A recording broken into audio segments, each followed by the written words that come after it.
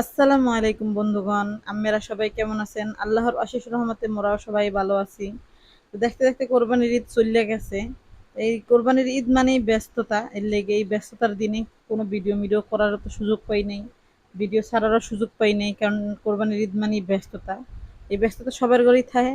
যে কোরবানি দেয় হের ঘরেও থাকে, যে কোরবানি না দেয় হের ঘরেও কম বেশি ব্যস্ততা থাকে। গরুর গোস্ত লইয়া গুছাইয়া গেছে থুইতে যেমনি হেমনে দিন সবারই কেটে যায়, কিন্তু গরুর ঠ্যাং পাও ভুড়ি এই লওয়ার লগে মাথাটা খারাপ থাকে বেশি সবাই।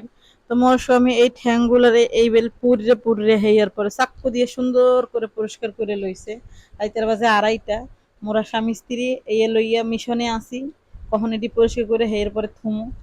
মগো তো এখানে কেউ নাই, বাপ মা শ্বশুর শাশুড়ি সব থাই দূরে, মোরা থাই গাজীপুরে।